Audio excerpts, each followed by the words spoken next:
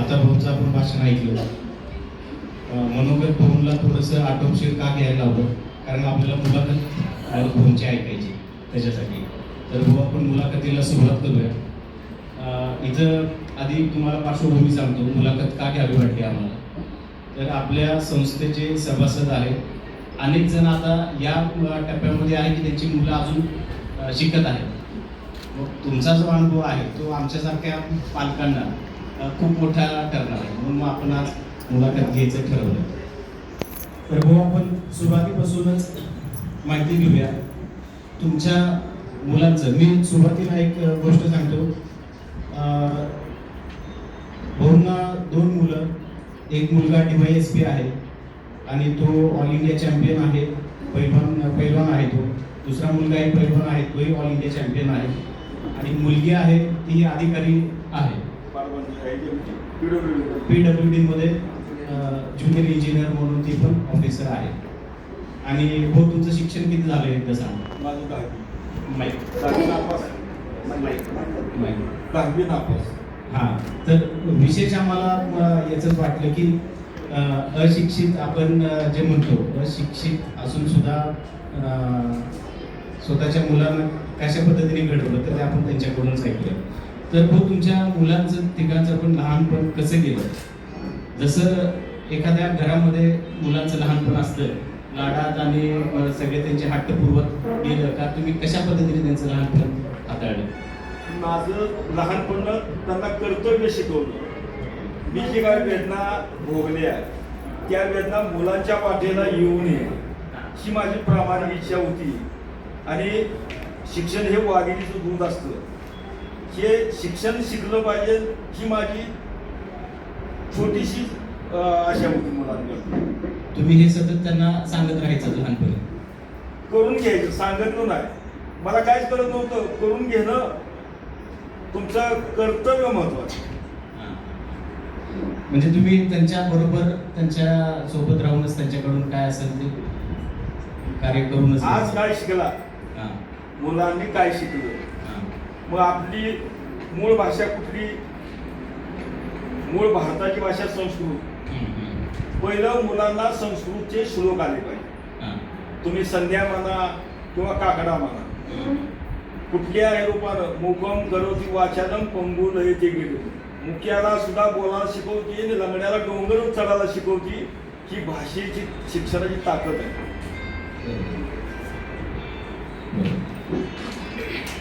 आणि भाऊ तुम्ही 2 मुलं ऑल इंडिया चॅम्पियन केली, मुलगी अधिकारी आहे, तर या सगळ्या गोष्टींचं पालक म्हणून तुम्ही नियोजन कधी सुरू केलं? मी जशी मुलं 5 वर्षाची झाली तशी माझ्या पुढं आदर्श होते. अधिकारी मुलं घडली पाहिजेत. आपल्या वाट्याला ज्या वेदना आल्या, दुःख आलं, ती मुलांच्या वाट्याला जाऊ नये ही प्रेरणा मला सतत सतत होती. आणि मग मी द्रोणाचार्य व्हायचं नाही, एकलव्य व्हायचं. एकलव्य का व्हायचं मला तुम्हीच सांगा. की गुरु द्रोणाचार्य हा राजकीय आश्रयित गुरु होता आणि द्रोणाचार्य हा विद्रोही शिक्षक काय म्हणतात, विद्रोही विद्यार्थी होता. त्यानं पांडवांना देणाऱ्या शिक्षणातनं नदीच्या पलीकडे एकलव्य ती विद्या काय शिकते ती आपण शिकवतो. आणि माझ्या वाट्याला 3 दिवस आले म्हणून मी माझ्या मुलांसाठी केव्हा द्रोणाचार्य झालो नाही, एकलव्य झालो.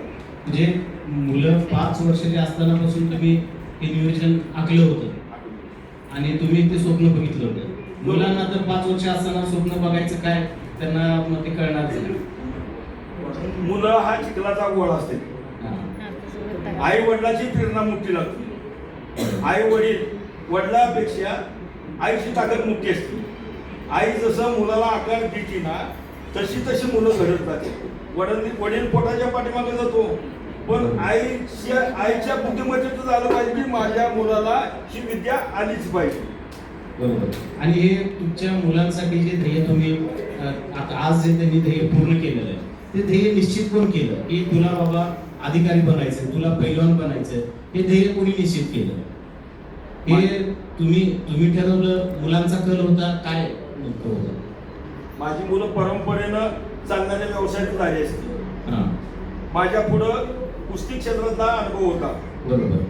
कुस्ती क्षेत्रातला करतार सिंग असेल, देशाचा केंद्रीय क्रीडा सचिव झाला. हां, बापू लोखंडे असेल, महाराष्ट्राचा रेल्वेचा बोर्ड अधिकारी झाला. हम्म. शिवाजी पाचपुते असेल, शिवाजी पाचपुते रेल्वेचा TC मॅनेजर झाला. ही अशी ध्येयवादी जी माणसं होती, ही माझ्या पुढच्या आदर्श होती. बरोबर.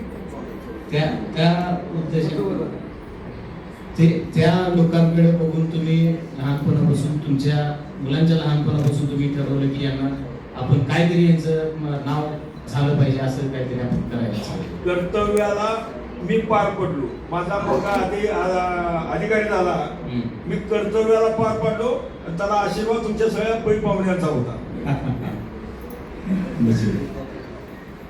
तुम्हाला ह्या मुलांचा प्रवास घडवून घेताना कधी मुलांकडनं विरोध झाला नाही का? की आता अनेकदा काय होतं, मुलं एका कुठल्या तरी ध्येयावर निघतात पण मधूनच माघार घेतात. मला आता होणार नाही, माझा मूड नाही, माझा इंटरेस्ट नाही, असं तुमच्या मुलांकडनं तुम्हाला उत्तर आले नाही? आपण प्रेरित करत असतो. ध्येयाला गाठण्यासाठी आपण प्रेरित करायचे असते. मुलांपुढं ध्येय आपण निर्माण करायचे असते आणि वेगवेगळ्या पद्धतीनं त्याला त्याची गुढी लावायची असते. आपण तुम्ही त्याला लाथा घालून त्याला येईल कुठलीच गोष्टी येणार नाही.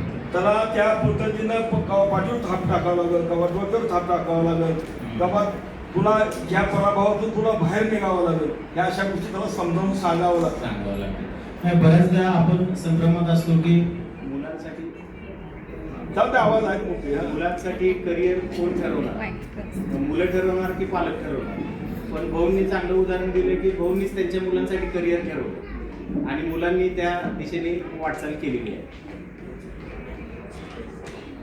आणि हो, आता पुढचा प्रश्न असा आहे की स्वतः तुम्ही प्रशिक्षक झालात मुलांसाठी.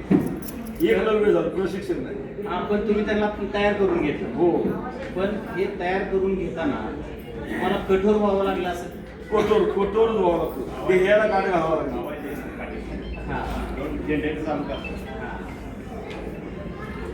प्रशिक्षकाच्या तुम्ही भूमिकेत होता, मग तुम्हाला कठोर कसं होता आलं? वडील म्हणून तुमचं कधी काळीच बिघडलं नाही का? कशाला एवढा त्रास द्यायचा? मी जर वडिलांचं प्रेम पुत्रवत प्रेम करत बसलो असतो तर धृतराष्ट्रासारखा गाळ झालो असतो. मी अर्जुनासारखं फक्त लक्ष माझं ध्येयाचं आणि त्या माशाच्या गोळ्याचं होतं. मला ज्या कुस्ती करता आले नाही, कुठल्याही क्षेत्रात मला शिक्षण शिकता आलं नाही किंवा मला माझी कुस्तीगिरीची हौस पुरी करता आली नाही.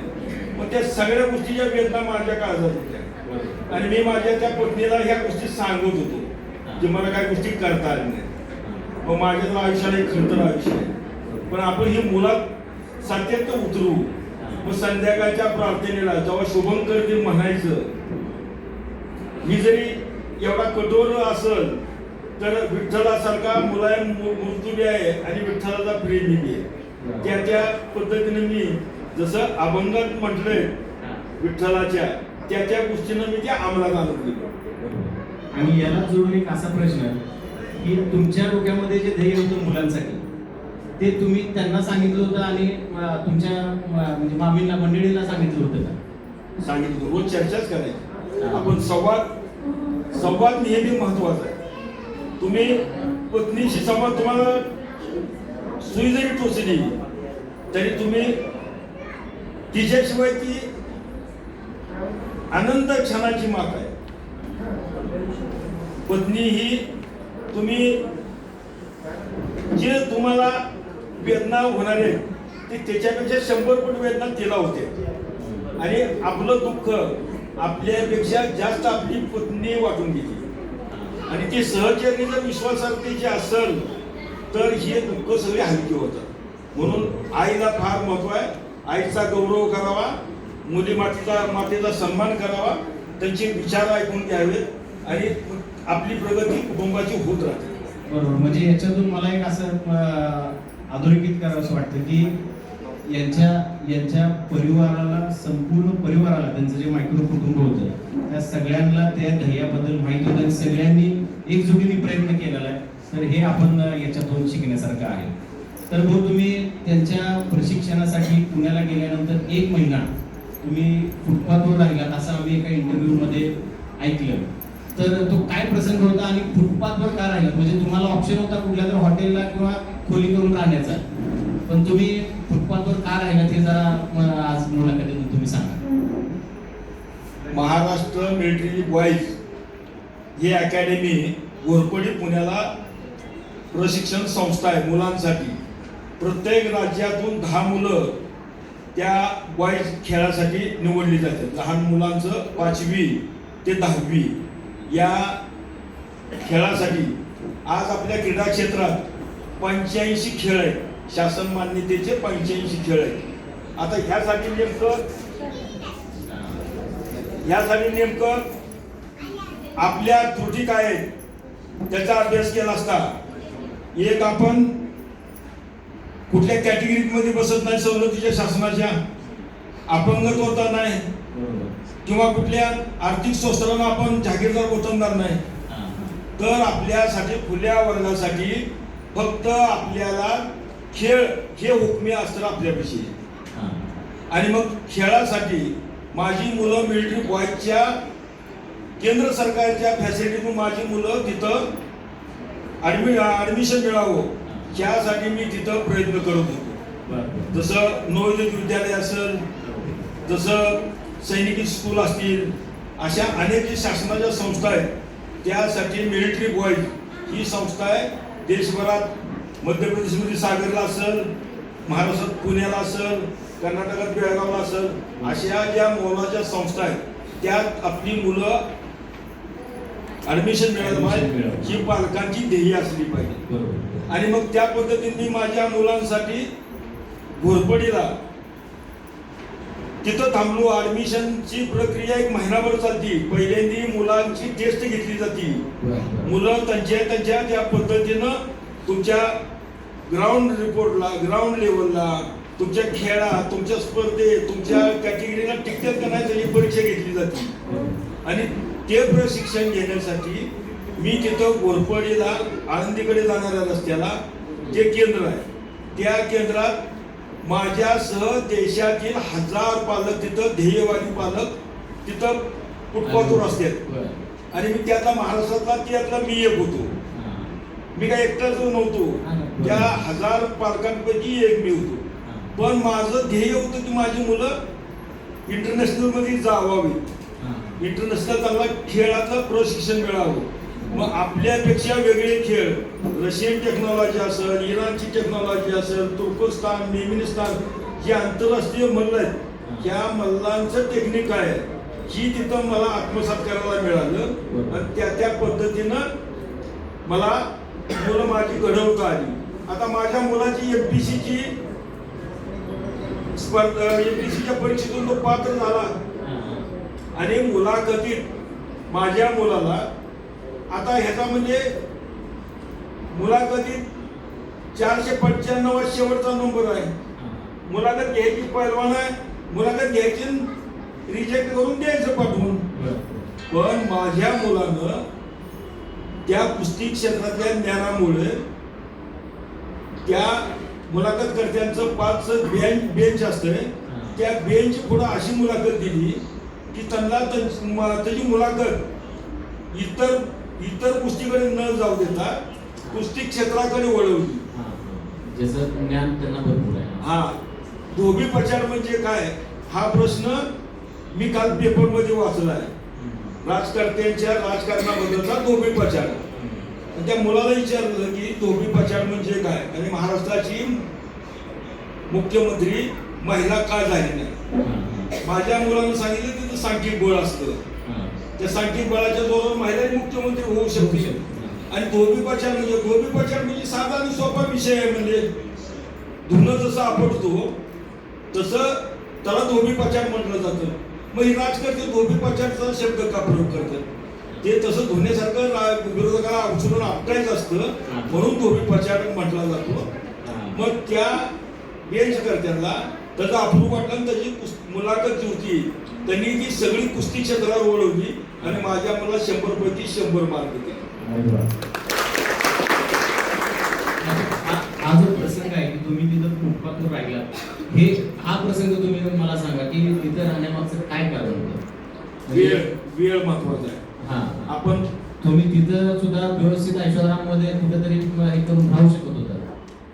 तिथला वेळ महत्वाचा आहे आणि मिलिटरीचं वेळेला किती काटकोरपणे मिलिटरी पळवती, सगळ्या गोष्टी करून घेती, ते महत्वाचं आहे. मी धर्मशाळेत राहिलो असतो, व्यायामशाळेत राहिलो असतो, मला येण्याचा वेळ लागला असता, मी कुठेतरी अडकून पडलो असतो, आपण ग्रामीण भागातली माणसं सिग्नल चुकला असता, आपला वेळ गेला असता. म्हणजे वेळ वाचवण्यासाठी तुम्ही त्या प्रशिक्षण केंद्राच्या बाहेर रस्त्यावरच तिथं हातानं स्वयंपाक करायचं 10 मुलांचा आई पण आपणच व्हायचं आणि बाप पण आपण व्हायचं आणि प्रशिक्षक पण आपणच व्हायचं, तेव्हा मुलं घडतात. या गोष्टीवर म्हणजे भाऊ, आता मी स्वतः सुद्धा पालक आहे, मला 2 मुलं आहेत. मला म्हणजे माझ्यासारख्या अनेकांना प्रश्न पडत असेल की मुलांसाठी आपण ह्या लेवलपर्यंत कष्ट घ्यायला तयार होऊ का, तशी परिस्थिती आली तर. पण भाऊ, तुम्ही आमच्यासमोर उदाहरण आहात. जर यदा कदाचित आमच्यावर तशी परिस्थिती आली तर आम्ही तुमचा विचार करू आणि त्या कष्टाला आम्ही सामोरे जाऊ.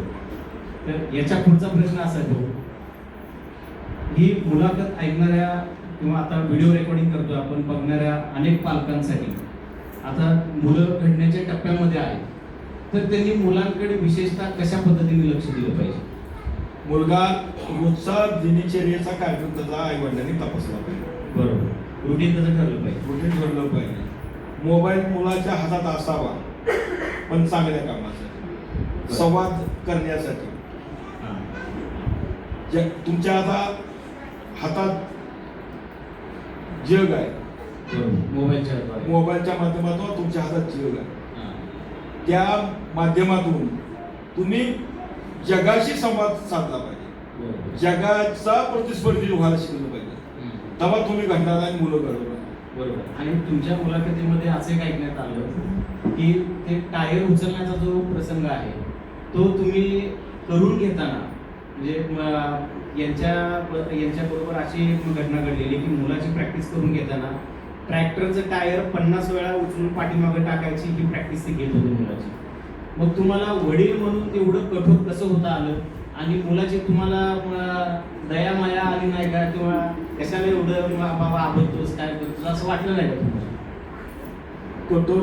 कठोर झालो म्हणून ती घडली.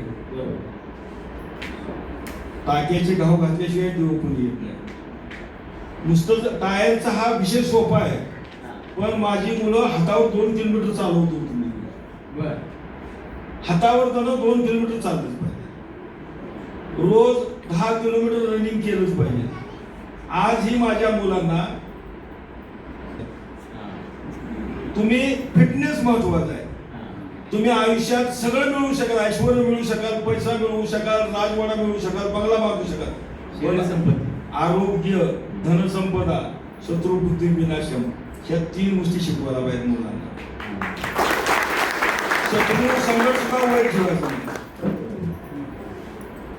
आणि ऑल इंडिया चॅम्पियन बनवायचा जो प्रवास आहे तुम्ही कशा पद्धतीने त्यांना घडवलं, काय नेमकी तयारी करून घेतली त्यांच्याकडे?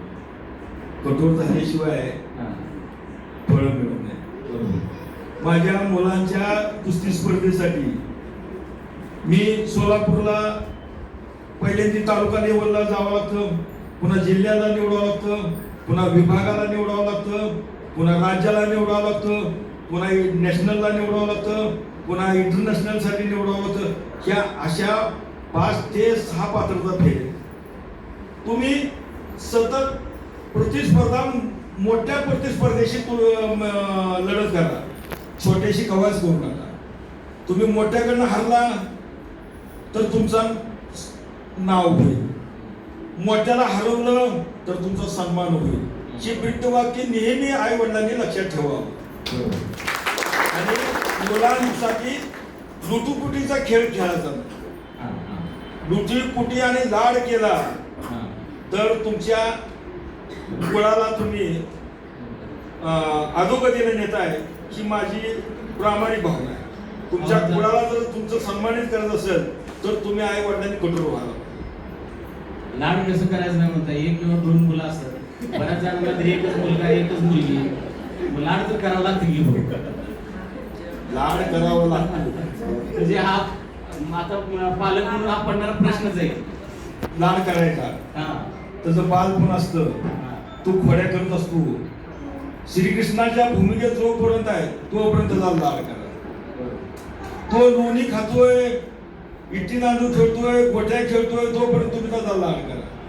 आणि लाड करताना सुद्धा त्याला शारीरिक क्षमता त्याची वाढली पाहिजे, यासाठी लाड करा. शिस्त लहानपणापासून. तुम्ही त्याला सहलीसाठी पाठवणार कुठंतरी, आता ते नवीन नवीन वॉटर पार्क निघाले, कुठं काय निघाले, तसलं करू नका. माझी मुलं नदीत बुडवली ना 200 मीटर बाहेर निघत नव्हती. पाण्यात पोहण्याच्या कार्यक्रमात दोन्ही मुलं इथनं बुडलं नदीत की पलीकडे भीमेच्या पलीकडे निघालं बघा वाळवंटात. इतकं कठोर त्यांच्या पाठीमागं कष्ट होतं. आज माझी मुलं घराची म्हणल्यावर त्यांना कुठलाच मंत्र लागत नाही. साप आणि घोरपट जाताना त्याच्या पळून त्याच्या अंगावर पडून जाते. म्हणजे एवढं धाडसी तुम्ही त्यांना धाडसी लहानपणापासूनच बनवलं करावं लागतं. आपल्या सहसा पडणारा प्रश्न असतो की मुलांना आपण कुठल्या पातळीपर्यंत कठोर व्हायचं. तर हे भाऊंनी आपल्या समोर उदाहरण हे केलं. मग भाऊ, तुम्हाला मुलांकडनं कधी हे झालं नाही का की वडिलांविषयी थोडंसं नाराजी असणं, असं काय झालं नाही का? आपण मुलांचे मित्र व्हायला शिकलो पाहिजे. तुम्ही सोबत मित्र पण होतात मुलांचे? मी माझ्या मुलांचा मित्रच आहे. मित्रत्वाचं नातं निर्माण करू शकतो आपण मुलांसकट, की आपण उदाहरण ध्येय गाठू शकतो. हे हा जो दोन्ही पद्धतीने मुलांसोबत संवाद साधायचा हा महत्वाचा आहे. म्हणजे जिथं कठोर व्हायचं तिथं कठोर, आणि प्लस नंतर मैत्रीचं पण आता मुलांसोबत ठेवता आलं पाहिजे. म्हणूनच मी म्हटलं की द्रोणाचार्य व्हायचं नाही, एकलव्य होऊन मुलांसोबत आपण त्यांचा मित्र व्हायचं. हो, आता बऱ्याचदा काय होतं की खेळ किंवा अभ्यास हे दोन्हीपैकी काहीतरी एक निवडा लागतं. एक तर खेळ निवडा लागतो, त्याच्यात करिअर करावं लागतं, किंवा मग 8वी 9वीला गेलं की सहसा आपण काय करतो, आता खेळायचं पास कर, 10वी आले तू आता अभ्यासाकडे लक्ष दे. तर तुम्ही ऑल इंडिया चॅम्पियन पण बनवलं, पुन्हा MPSC ला पण बसवलं, पुन्हा DYSP पण केलं. दोन्ही तिने कसं साध्य केलं तुम्ही? मी माझ्या मुलाचे 10वीचे पेपर झाले. 10वीचा पेपर देऊन आला की दोघांची बॅग भरली आणि कांदवलीला साई कुस्ती केंद्रात मुंबईला कांदवलीला त्याला ऍडमिशन देऊन टाकलं. तुम्हाला कठोर व्हावं लागतं काही गोष्टीसाठी. तुम्ही लाड करत आला, 10वीचा पेपर सुटलाय, 10वीचा पेपर झालाय, जा मावशीकड, जा मामाकड, झाडावर जा, पोरं खा, जांभळं खा म्हटलं की ती मुलगा मग तुम्हाला पोरं जांभळं खायला लावलं. म्हणजे त्याच्या वेळेचं नियोजन एकदम अचूक करायला पाहिजे. त्याच्या सुट्ट्यांचं सुद्धा, सुट्ट्या आहेत म्हणून त्याला तुमच्या पुढं वर्षाचा प्रोग्राम पाहिजेच. मुलांचं भविष्य घडवायचं असेल तुम्हाला. माझी मुलगी, सगळ्यांची मुली कॅम्प्युटर प्रशिक्षणला किंवा कॅम्प्युटर साईडला जाते. माझ्या मुलीला मी म्हणलं तुला काय शिकायचं आहे बाळा, ती म्हणजे कठोरातलं कठोर जे शिक्षण असेल त्या साईडला मला जायचं. माझी मुलगी BE सिव्हिलला झाली.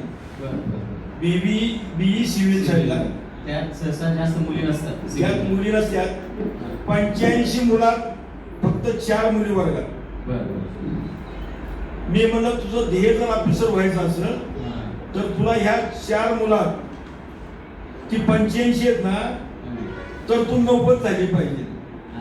ही तुम्ही 4 मुलींचा ग्रुप आहे, ते मुलं 84 असतात, तर तुम्ही 84 आणि तुम्ही 4 किती झाले 88. तुम्ही ऍडव्हान्स बुद्धिमत्तेच्या जोरावर तुम्ही 90 झाला पाहिजे. या मुलीला मी ती पटवून सांगितल्यावर ती मुलगी BE सिव्हिल सिंहगडला झाली पुण्यात. प्रत्येक टप्प्यावर तुम्ही प्रोत्साहन देत राहिले. आणि तिथून पुढं 1 वर्ष हैदराबादला तिनं काढलं एम्स क्लासेसला. तिचं थोडं इंग्लिश कच्चं होतं, तर एम्स क्लासेसला घातल्यानंतर ती तुमच्या काय म्हणते त्याला ऍडव्हान्स ऍडव्हान्स इंग्लिश मध्ये ती आली. बरं बरं नाही, हे विशेष आहे आणि तुम्ही ह्या मुलांकडून हे करून घेतलं याच्याबद्दल तुमचं खरंच कौतुक केलं पाहिजे भाऊ. आता पालकांमधून काही प्रश्न असतात तर आपण 1-2 प्रश्न घेणार आहोत. त्या मुलाखतीच्या शेवटकडे येऊ आपण, आपल्याला वेळेचं पण थोडंसं भान ठेवावं लागणार आहे. तर भाऊ आता शेवटच्या 2 प्रश्नांपैकी हा पहिला प्रश्न असा आहे की तुम्ही हे सगळं करून घेत होता, तुम्हाला नैराश्य कधी आलं नाही का की एखादा आता मुलगा कुठल्या तरी पैलवानकीच्या मॅचेसला गेलाय आणि तो अपयशी ठरला म्हणून नैराश्य आलं, किंवा तुम्ही सांगितलेला एक अभ्यास आहे त्यांनी केला नाही आणि तुमच्या विरोधात वागला म्हणून नैराश्य आलं, असं कधी झालं नाही तुम्ही? प्रयत्न हा परमेश्वर असतो. माणसाचा स्वभाव धर्म आहे किंवा निसर्गाचा ऊन पावसाचा खेळ आहे. आपल्या ध्येयाला कान घालायचं असेल तर अपयशी पहिली पाहिजे हे समजायचं आणि ध्येयाला कान घालायची. तेव्हाच नैराश्य आपण होऊन चालणार नाही. या सृष्टीच्या निर्माणकर्त्यानं जर नैराश्य स्वीकारलं तरी सृष्टी चालणार कशी? नाही, बऱ्याचदा पालक काय करतात, मुलगा ऐकत नाही किंवा मुलगा सांगितलेलं काय कुठं करत नाही म्हणून त्याला सोडून देतात. काय होईल त्याचं होईल, त्याच्या नशिबाने होईल आणि आपण आपल्या प्रपंचात मस्त राहतो. हा त्या मुलावर तुम्ही अन्याय करताय. मुलं हा चिखलाचा गोळा आहे, मी तुम्हाला सांगितलं. त्याला आकार देण्याचं कर्तव्य तुमचं आई वडिलांचं आहे. तुम्ही ध्येयवादीच असलं पाहिजे. मुलांपेक्षा पालकांनी जास्त ध्येयवादी. मुलं करतात, तुम्ही त्यांचा मित्र व्हा, मुलं करतात. आपण आजपर्यंत एवढ्या दिग्गज लोकांना ऐकलं असेल, प्रत्येकाचं हे म्हणणं असते की मुलांनी ध्येयवादी पाहिजे, मुलांनी ध्येय ठरवलं पाहिजे, मुलांनी जपून दिलं पाहिजे. पण भाऊ तुम्ही हे आम्हाला पहिल्यांदा सांगितले की पालकांनी जास्त ध्येयवादी पाहिजे, पालकांनी ध्येय ठरवलं पाहिजे. तर भाऊ तुमचा खूप वेगळा अनुभव आज आम्हाला ऐकायला मिळाला. आणि या मुलाखतीचा मी शेवटचा प्रश्न असा विचारतो भाऊ तुम्हाला की तुमचं तर आयुष्य पैलवानकीमध्ये गेलं, तुमची 2 मुलं पैलवान आहेत आणि तरी सुद्धा तुमच्या मागच्या इंटरव्ह्यू मधून किंवा तुमच्या एकंदरीत वागण्या बोलण्यामधून नम्रतेला तुम्ही फार महत्त्व दिलं. माणसाने नम्र असलं पाहिजे किंवा नम्रतेने अनेक आपल्याला साध्य करता येते. तर काय एवढं महत्त्व नम्रतेला? महापुरे झाडे जाती तिथे लव्हाळे वाचते. तुम्ही नागपुरात मोठे झाड जातं पण नवाला वाचते. नम्रता असल्याशिवाय तुम्हाला जगच कळत नाही. जगात तुम्हाला काय चाललंय हेच कळत नाही. तुम्ही जर मीच रावण म्हटलं तर राम घडणार कसा? राम घडवायला सुद्धा रावण व्हावं लागतं आणि रावणाला मारायला सुद्धा राम घडवावं लागतं. तिथं अग्नी आणि पाणी, प्लस आणि मायनस, ह्या दोन्ही गोष्टी घडाव्या लागतात. तेव्हाच तुम्हाला किंमत येते. माझ्यावर अन्याय झाला, मला वेदना झाल्या म्हणून मी या वेदनेपोटी माझी मुलं घडवली. तसं आई वडिलांनी कठोर व्हायला पाहिजे. अतिशय बहुतेक अजून एकदा जोरदार टाळ्या होत्या.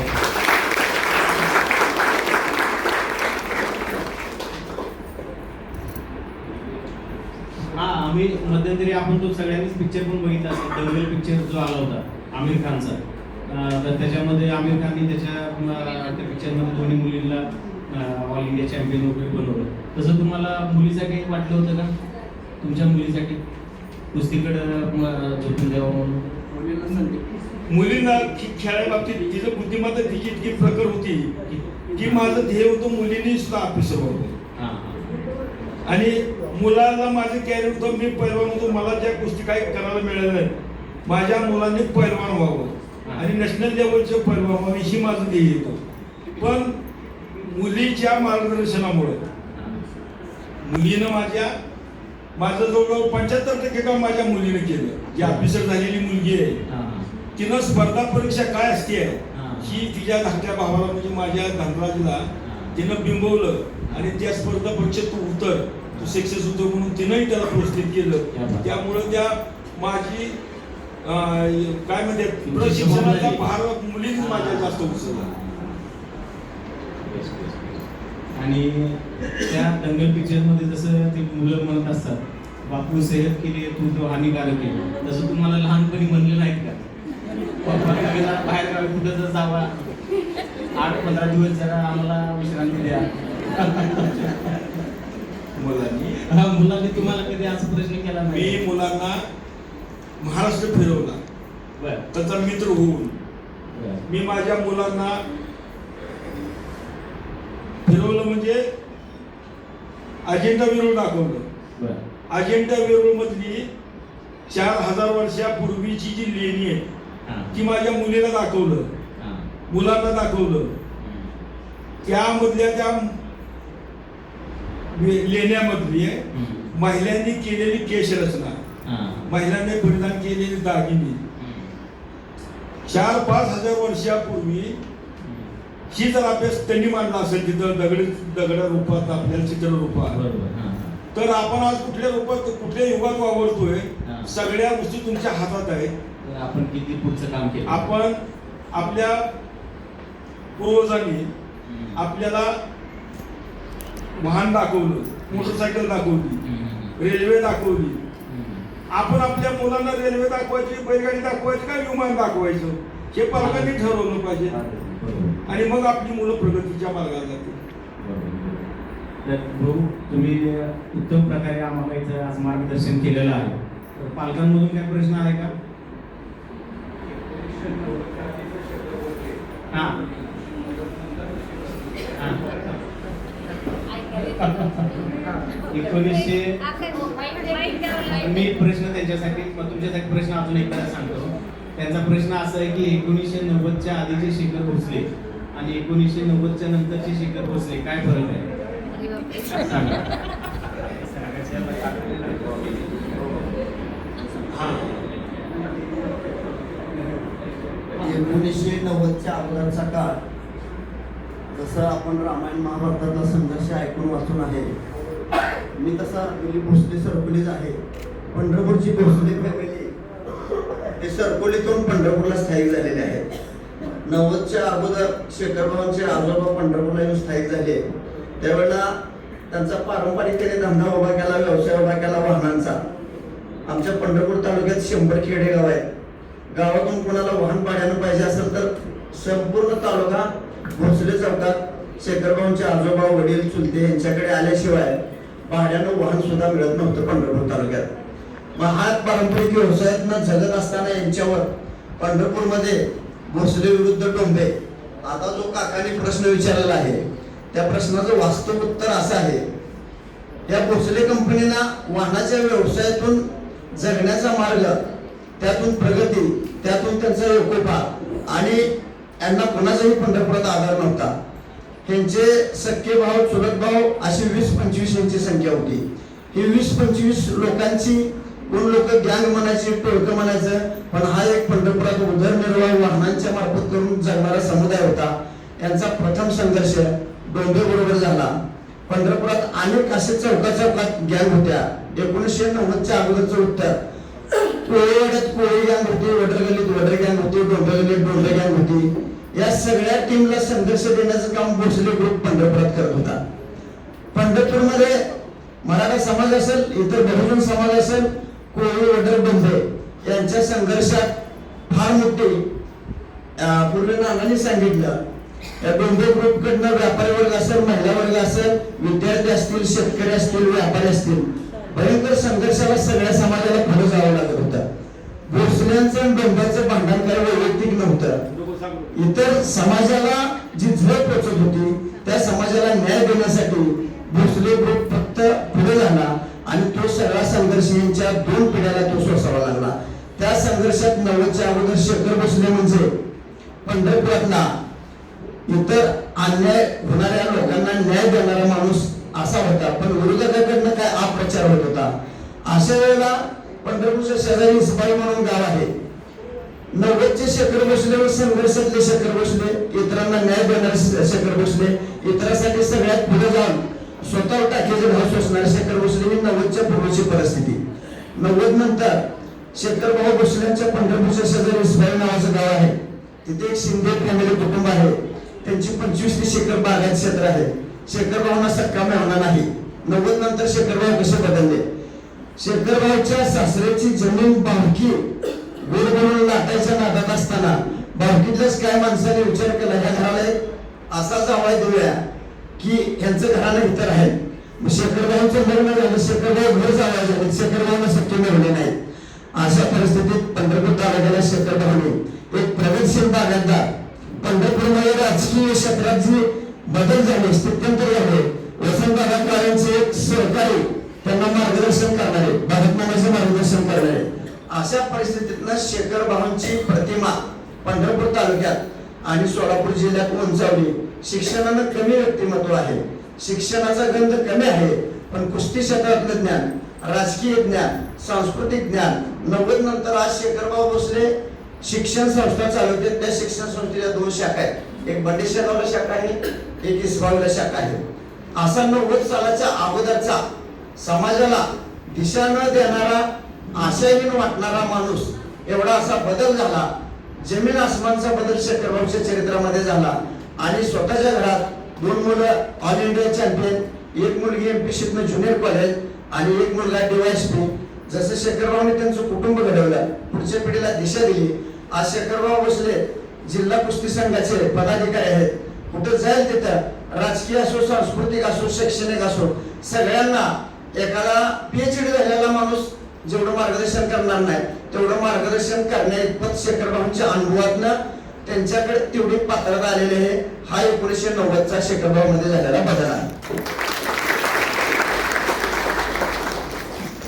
अजून थोडं वेळ तुम्ही सांगितलं असतं तर आम्हाला शेखरभाऊ विषयी काय माहिती आणि असं झालं नसतं. तुम्ही जरा खूप विस्तृत सांगितलं, त्याच्याबद्दल तुमचे आभार. आणि हे मुलाखतीचा कार्यक्रम आपण इथं संपूया. त्याच्यानंतर गुणवंत विद्यार्थ्यांचा आपण इथं सन्मान करणार आहोत आणि त्याच्यानंतर आपल्याला इथं जेवणाची व्यवस्था केलेली आहे. वेळ जास्त झालेला आहे याचा आम्हालाही कल्पना आहे, पण आपल्याला हे कार्यक्रम एकत्र घ्यायचे असल्याने थोडासा प्रत्येकाने सहकार्य करावं अशी मी सर्वांना विनंती करतो. सर्व पालकांना आणि सर्व उपस्थितांना माझी विनंती, माझ्या जीवनातला वेदनेचा काळ आपण विसरून जावा, भूतकाळातला वेद विसरून जावा. वेदनाचा काळ, भूतकाळातील विषय विसरून जावा, त्याला भाग महत्व देऊ नका. वर्तमान आणि भविष्य काळ आपल्या पुढे उज्ज्वल आहे. आपल्या मुलांचं भविष्य घडवायचं असेल तर तुम्ही कर्तव्य आणि प्रामाणिकता जपा आणि ती समाजात रुजवा. एवढं तुम्हाला विठ्ठल चरणी, रुक्मिणी चरणी प्रार्थना करतो आणि माझी धन्यवाद.